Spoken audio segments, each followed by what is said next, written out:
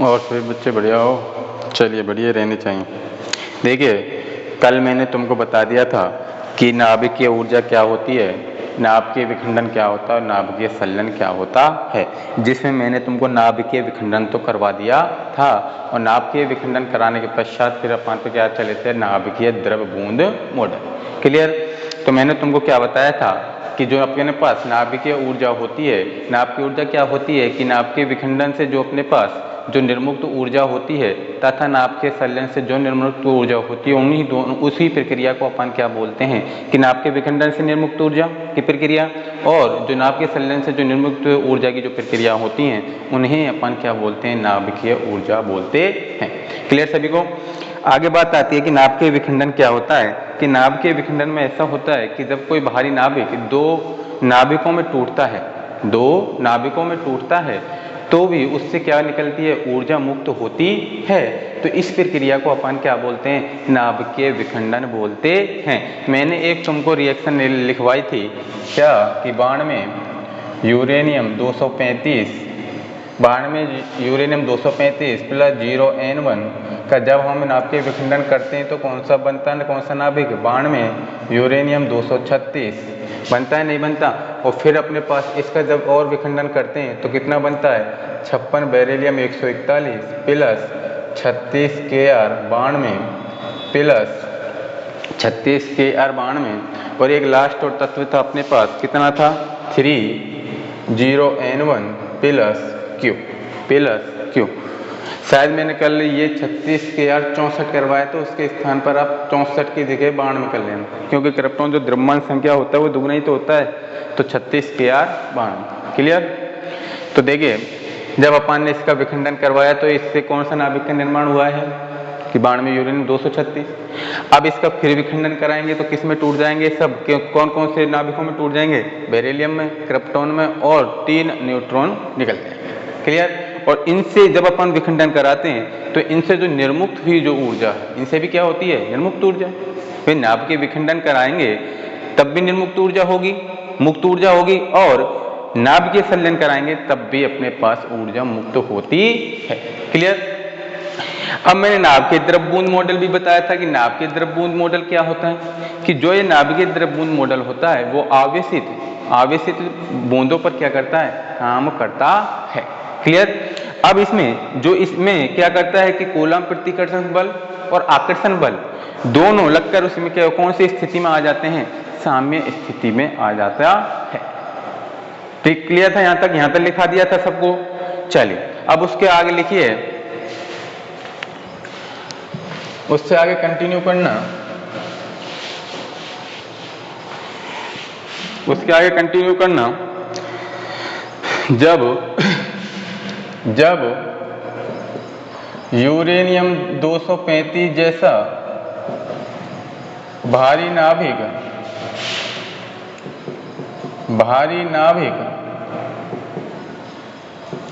जब यूरेनियम 235 जैसा भारी नाभिक एक मंद न्यूट्रॉन अवशोषित करता है, एक मंद न्यूट्रॉन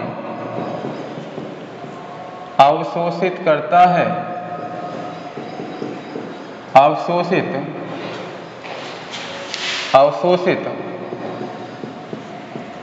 करता है।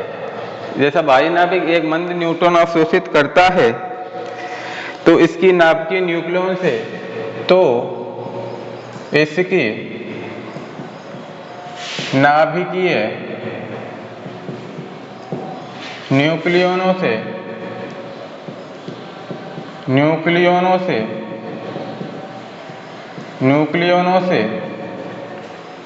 तो इसकी नाभिकीय न्यूक्लियनों से संबंधित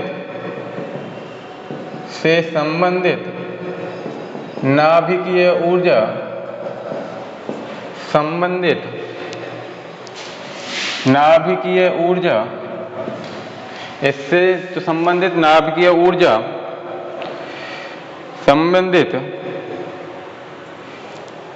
न्यूक्लियन संबंधित स्थिति ऊर्जा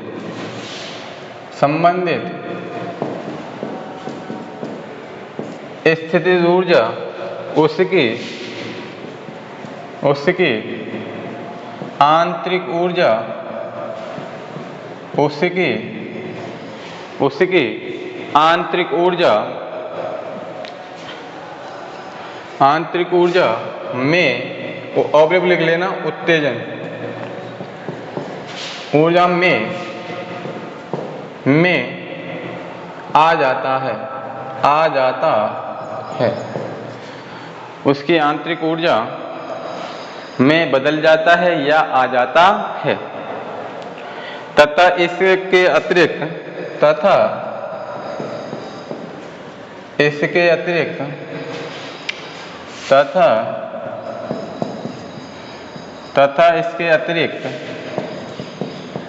उत्तेजन ऊर्जा के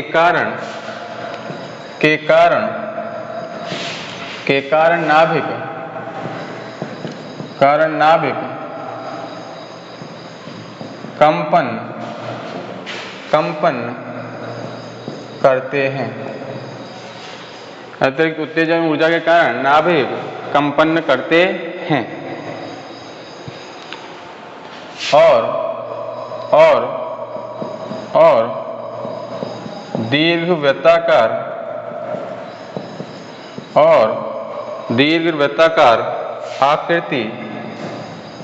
दीर्घवृत्ताकार आकृति ले लेते हैं। नीचे लिखिए, यदि कंपन बहुत अधिक होते हैं तो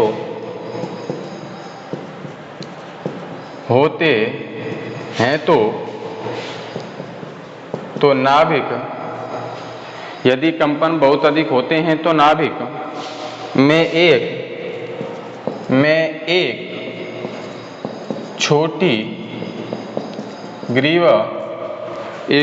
ग्रीवा उत्पन्न होती है। एक छोटी ग्रीवा उत्पन्न होती है तथा यह डंबल जैसी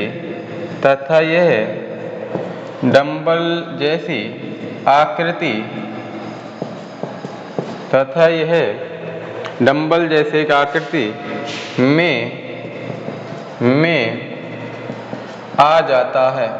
में आ जाता है। यदि परिस्थिति अनुकूल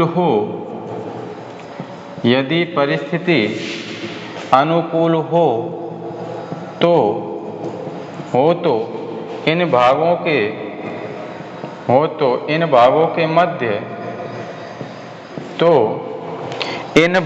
के मध्य प्रतिकर्षण के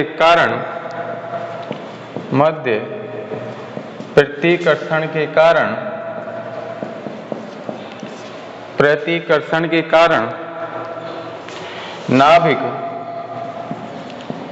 नाभिक दो भागों में टूट जाता है। अन्यथा गामा किरणों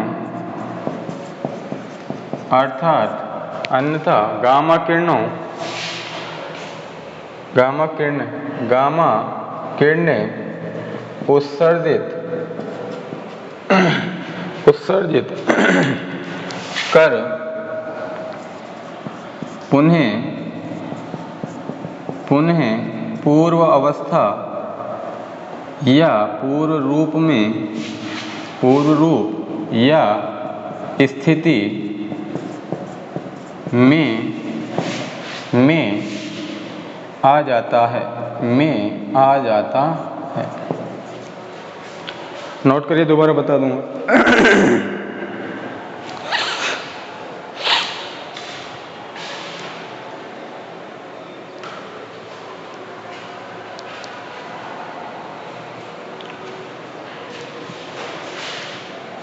देखिए मैंने तुमको बताया था कि देखिए जब कोई अपने पास कोई भारी नाभिक है, वो जो अपने पास न्यूट्रॉन को क्या कर रहा है, वो अवशोषित कर रहा है। क्या कर रहा है? अवशोषित। तो अवशोषित करने के पश्चात जो नाभिक की जो स्थितिज ऊर्जा होती है वो किस रूप में परिवर्तित हो जाती है? जो न्यूक्लियनों की, न्यूक्लियन क्या क्या होते हैं? Proton neutron. तो जो न्यूक्लियनों की जो आंतरिक ऊर्जा है उसमें क्या हो जाता है? बदल जाता है। वही तो बात है कि बदल जाता है। इसके कारण क्या करता है कि नाभिक उत्तेजित अवस्था में आता है या उत्तेजित ऊर्जा क्या करता है? उत्सर्जित करता है। तो कंपन करने के पश्चात वो कौन सी आकृति ग्रहण कर लेता है? दीर्घवृत्ताकार धारण कर लेता है। और पहले की स्थिति क्या बताई थी मैंने? वृत्ताकार। क्या बताई थी? वृत्ताकार। और दूसरी आकृति कैसी हो गई? दीर्घवृत्ताकार। क्लियर? तो दीर्घवृत्ताकार कब होगी? जब वो एक न्यूट्रॉन क्या करेगा? अवशोषित, और जो अपनी जो स्थितिज ऊर्जा है वो किसमें कन्वर्ट होगी? स्थितिज ऊर्जा किसमें परिवर्तित होगी? आंतरिक ऊर्जा परिवर्तित होगी। उसमें परिवर्तित होने के पश्चात जो नाभिक है वो क्या करने लग जाता है? कंपन करने लग जाता है। और नाभिक जब कंपन करेगा तो वो कौन सी अपनी स्थिति में आ जाता है? दीर्घवृत्ताकार रूप धारण कर लेता है। क्लियर सभी को यहाँ तक? अगली बात है कि यदि कंपन बहुत अधिक हो तो नाभिक में एक छोटी ग्रेवा एक छोटी आकृति की होती है, वो क्या करती है? उत्पन्न होती है। और जो कैसी की होती है? डंबल जैसी की आकृति धारण कर लेती है। और अगर वो क्या कहते हैं कि अगर इन क्रियाओं में परिस्थितियां क्या हों? अनुकूल हों, तो इनमें कंपन होने के पश्चात नाभिक क्या हो जाते हैं? टूट जाते हैं। अन्यथा वो गामा किरणों को उत्सर्जित करके वो अपनी पूर्व अवस्था में आ जाता है। पूर्व अवस्था क्या थी उसकी? वृत्ताकार। क्लियर? तो आकृति कितनी हो गई उसकी? 5। तो 5 उसकी आकृतियां लिख लेना। एक तो यहाँ पे कर लेना, एक तो इसको ऐसे बना लेना, वृत्ताकार, दीर्घवृत्ताकार, और इसको डमलाकार बना लेना। ये डमलाकार हो गया। और फिर नाभिक क्या हो जाता है? टूट जाता है। और टूटने के पश्चात अगर गामा जब किरणें उत्सर्जित करेगी तो वो कौन सी अवस्था में आ जाता है? अपने पुनः प्रारंभिक अवस्था में आ जाते हैं दोनों नाभिक। क्लियर? तो इसके यहाँ लिख देना नीचे यहाँ पर कि यूरेनियम द्वारा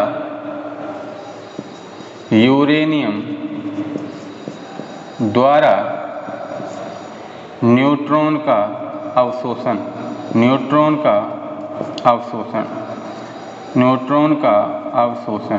क्लियर? फिर दीर्घवृत्ताकार आकृति में कब आएगी? जब यूरेनियम द्वारा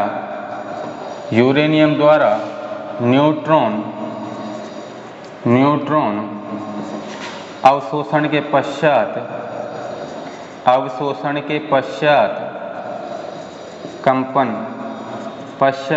कंपन। क्लियर? ये क्या करता है कि आंतरिक बलों के कारण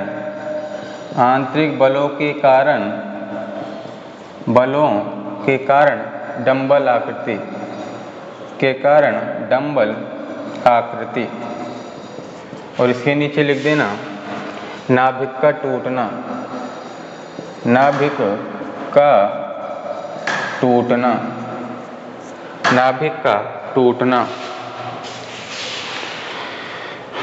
और यहाँ लिख देना विखंडन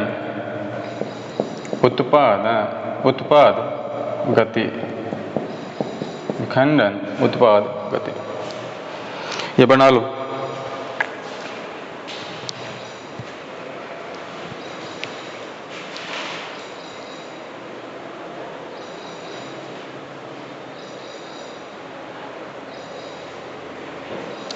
यही तो बताया है कि जब कोई भारी नाभिक है अपने पास, कौन सा? जैसा यूरेनियम जैसा कोई जैसा भारी नाभिक है, अगर उसका अपन पहले न्यूट्रॉन को क्या करता है? वो अवशोषण करता है। तो अवशोषण करने के पश्चात वो कौन सी आकृति में रहता है? वृत्ताकार में रहता है, नहीं रहता?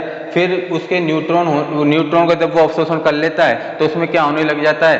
कंपन होने लग जाता है। तो कंपन होने के पश्चात जो वृत्ताकार जो आकृति है वो कौन सा रूप धारण कर लेती है? दीर्घवृत्ताकार रूप धारण कर लेती है। क्लियर था यहाँ तक? फिर क्या कह रहा है कि आंतरिक बल कौन कौन से लिए थे अपन ने? एक तो कूलम प्रतिकर्षण बल लिया था और एक खाली क्या लिया था? प्रतिकर्षण बल या आकर्षण बल। तो उन बलों के कारण ये कैसी आकृति में आ जाती है? डंबल आकृति में आ जाती है। क्यों? क्योंकि जब वो बलों का या उस पर बल लगाएगा तो वो और तेज गति से क्या करने लग जाता है?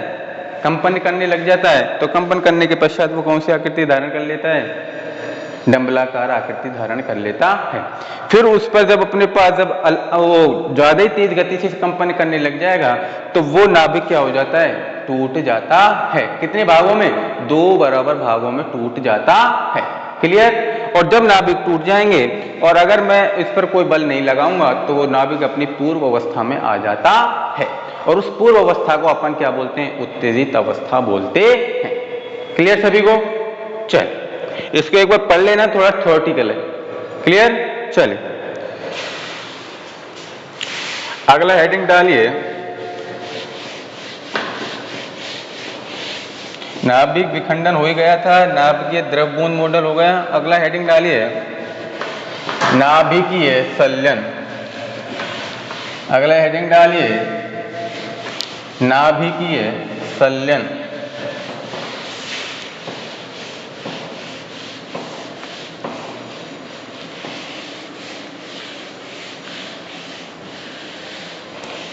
नाभिकीय संलयन हेडिंग डाल लेना, नाभिकीय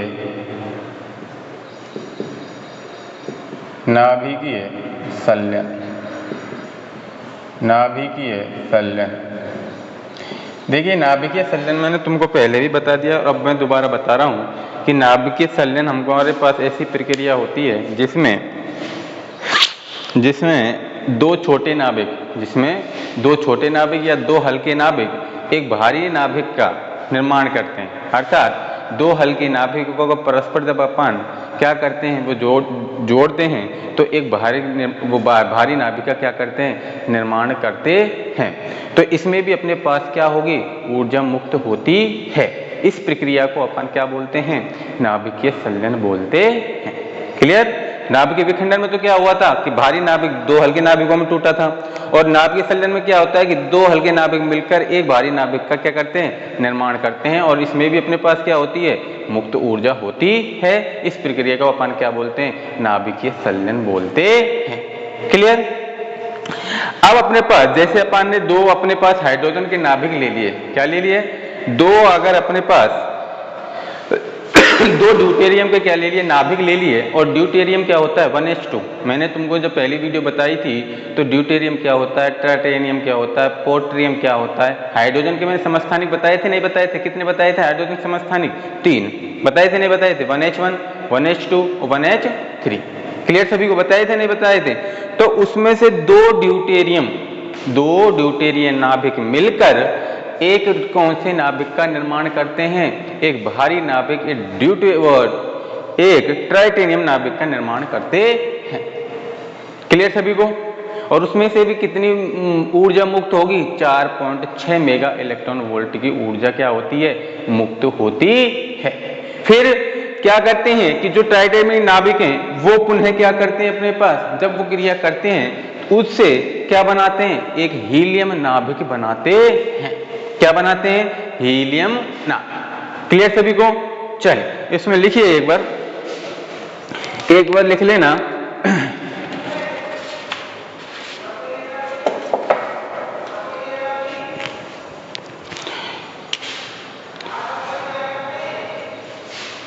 देखिए इसमें जब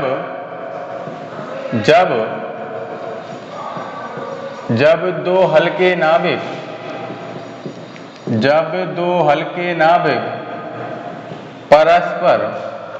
हल्के नाभिक परस्पर मिलकर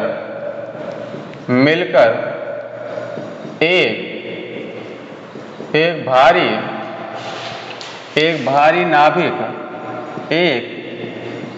नाभिक का निर्माण करते हैं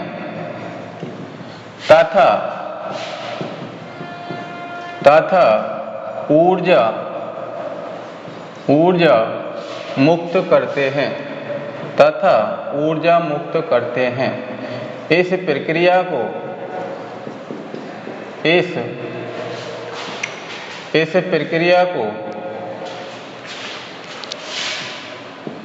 नाभिकीय संलयन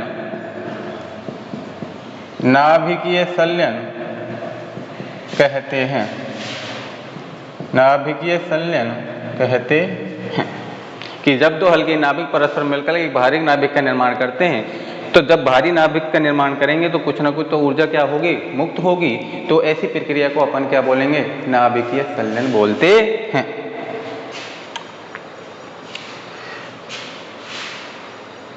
नीचे लिख देना, पैराग्राफ चेंज करके भारी हाइड्रोजन तथा ड्यूटेरियम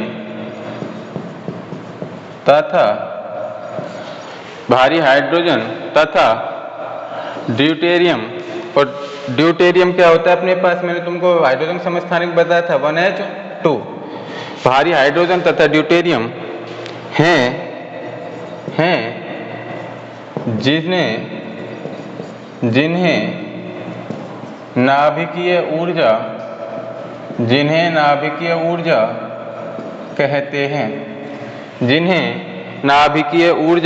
कहते हैं।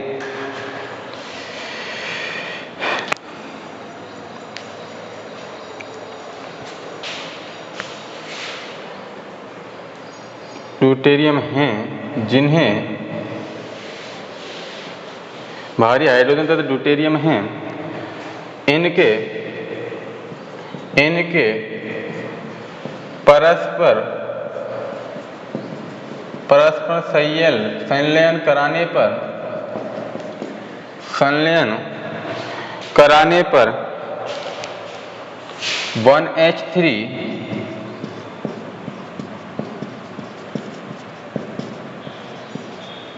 ट्राइटेनियम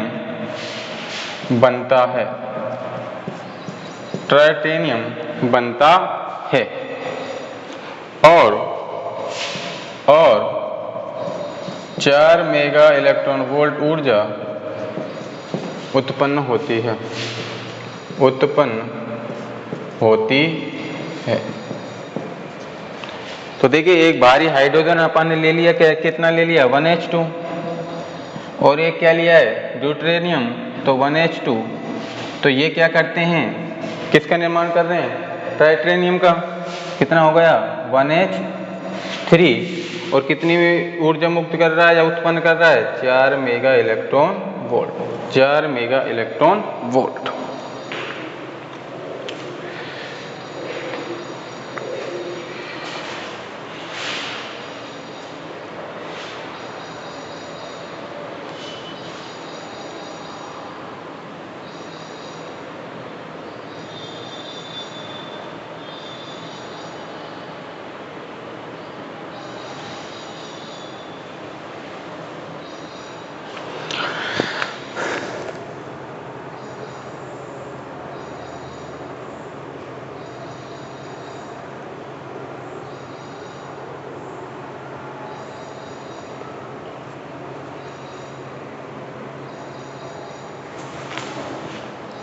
नीचे लिख देना, ट्राइटेनियम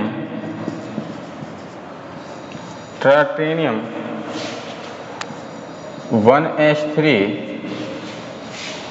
का नाभिक पुनः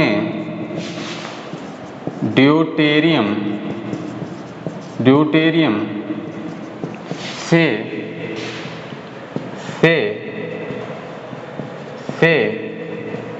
संलयित होकर हीलियम नाभिक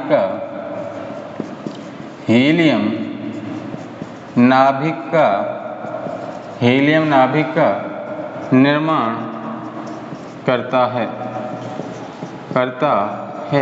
तथा इससे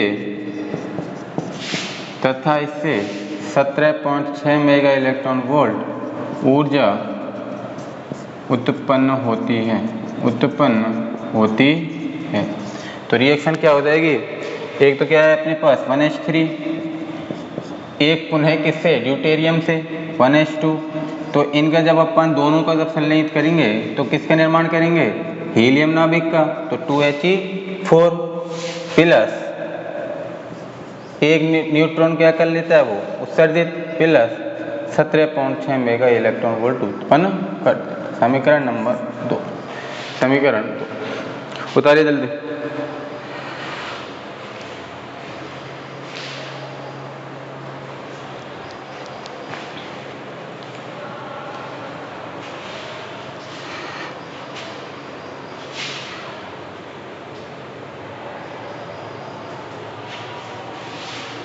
तो नीचे लिख देना समीकरण 1 व 2 से, समीकरण 1 व 2 से। अब समीकरण 1 और 2 को क्या कर देंगे, जोड़ देंगे।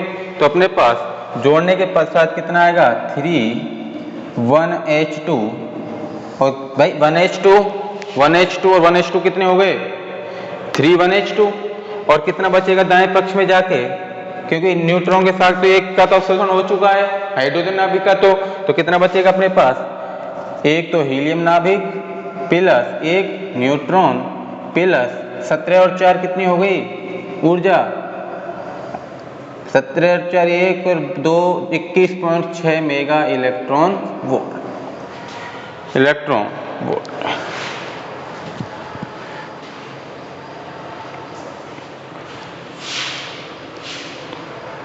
यहां लिख देता हूं, इसके नीचे क्या लिखना है, इसके नीचे लिखना है, ठीक है, नीचे लिख देना अर्थात ड्यूटेरियम के, अर्थात ड्यूटेरियम के कितने नाभिक हो गए, 3 नाभिक, अर्थात ड्यूटेरियम के 3 नाभिक संलयित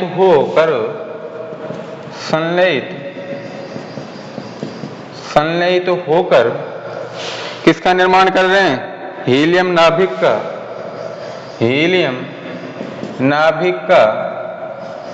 निर्माण करते हैं,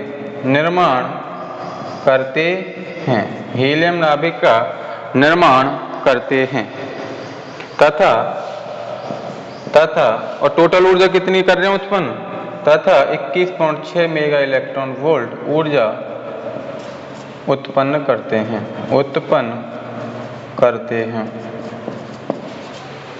क्लियर सभी को, एक बार इसको पढ़ लेना। क्लियर, कि संलयन का क्या मतलब होता है कि जब दो हल्के नाभिक परस्पर संलयित होकर किसका निर्माण कर रहे हैं, भारी नाभिक का निर्माण करने के पश्चात उसमें कुछ ना कुछ तो मुक्त ऊर्जा होगी। तो उसी प्रक्रिया को अपन क्या बोलते हैं, नाभिकीय संलयन। प्रथम कंडीशन अपने पास नाभिकीय संलयन में आती है कि जब कोई एक भारी हाइड्रोजन का एक नाभिक एक ड्यूटेरियम नाभिक के साथ क्या करता है, संलयन करता है, तो किसका निर्माण करता है, ट्राइटेनियम का निर्माण करता है। अर्थात हाइड्रोजन का एक भारी नाभिक प्लस एक ड्यूटेरियम का भारी नाभिक किसका निर्माण कर रहे हैं, ट्राइटेनियम का, प्लस कितनी ऊर्जा मुक्त कर रहा है, 4 मेगा इलेक्ट्रॉन। फिर पुनः दूसरी कंडीशन में आता है कि जो अपने पास जो ये 1H3 ट्राइटेनियम है वो पुनः एक ड्यूटेरियम नाभिक के साथ क्या करता है, संलयित होता है, और संलयित होने के पश्चात वो एक भारी नाभिक अर्थात हीलियम नाभिक का निर्माण करता है और कितनी ऊर्जा मुक्त करता है, 17.6 मेगा इलेक्ट्रॉन वोल्ट ऊर्जा उत्पन्न करता है। क्लियर, तो अपने पास दो कंडीशन हो गई, पहली और दूसरी कंडीशन को क्या कर दिया अपन ने, जोड़ दिया। तो जोड़ने के पश्चात कितना बनाए, ये बनाए। तो हम कह सकते हैं कि अर्थात ड्यूटेरियम के 3 नाभिक संलयित होकर हीलियम नाभिक का क्या करते हैं, निर्माण करते हैं, और तथा ऊर्जा कितनी करते हैं, 21.6 मेगा इलेक्ट्रॉन वोल्ट ऊर्जा उत्पन्न करते हैं। क्लियर सभी को, एक बार पढ़ लेना। चल